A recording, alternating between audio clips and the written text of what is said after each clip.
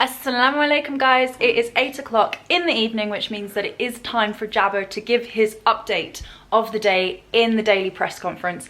But you know what? I need a break from all things that are related to that. And I just want to focus on food, to be honest, because during this period, we are getting so fat. I think that in one of my last videos, you guys thought it was kind of funny that I was making mjaddara.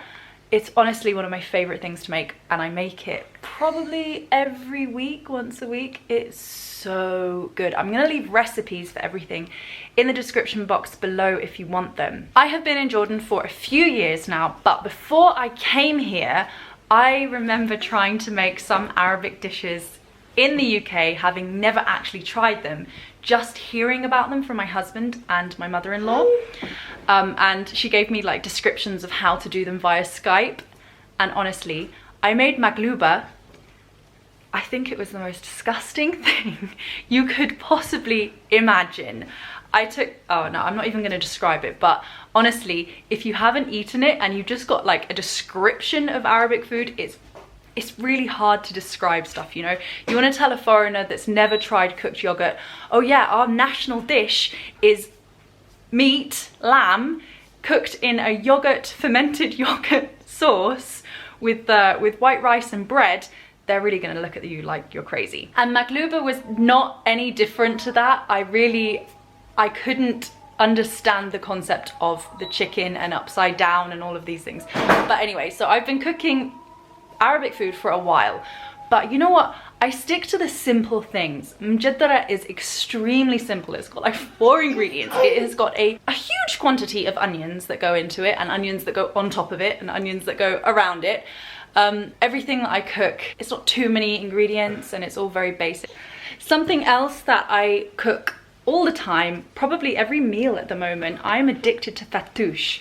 Fattoush it's just a really simple salad that's got fried pita bread on top of it instead of croutons. It's not as fancy and French as that, but it's just fried bread with it, and honestly, it's amazing. I would happily eat that just as a meal on its own, no problems. It's usually kind of associated with Ramadan. Fattoush and lentil soup tend to be like standard things that people eat for iftar, but I like to have it all the time.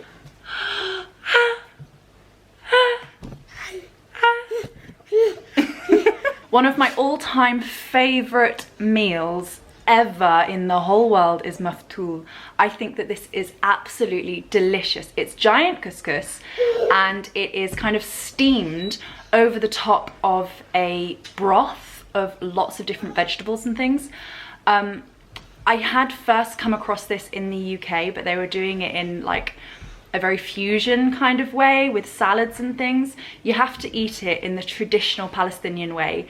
It is amazing. We don't use tomatoes in like my recipe. You don't use tomatoes, but I've heard that a lot of people do use tomatoes. I would really love to try that, but I just do it the way that I know it. I think this is a really special meal because every single piece is like handmade, hand rolled by a lady. She's been sitting there just rolling every single piece, and I think that that's actually adds something to that dish as well. Usually with most of these dishes, you make the chicken like separately, and like you have like a nice crispy skin on it and you marinate it and things, but because of the kids, I always just shred my chicken. So I know foodie people are going to be upset by that. Actually, another thing that foodie people will be upset about is I recently discovered deconstructed mahshi. I think I got a bit of a name for myself for being addicted to mahshi.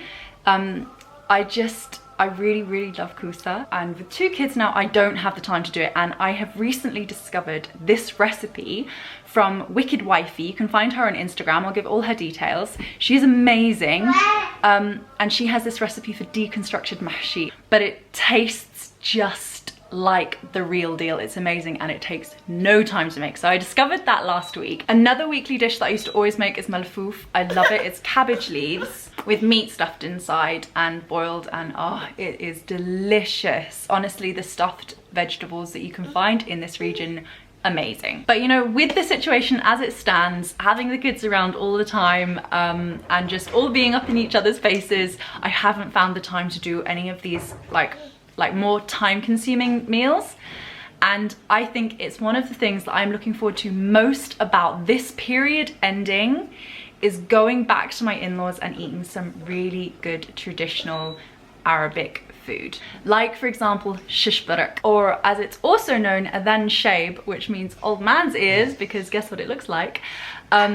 This is just, oh, it's delicious, but it is just so time consuming. It's little dumplings stuffed with cooked meat, ground meat, and then cooked in a laban sauce, in a yogurt sauce, and it is amazing. But it's the kind of thing that I would probably never make on my own.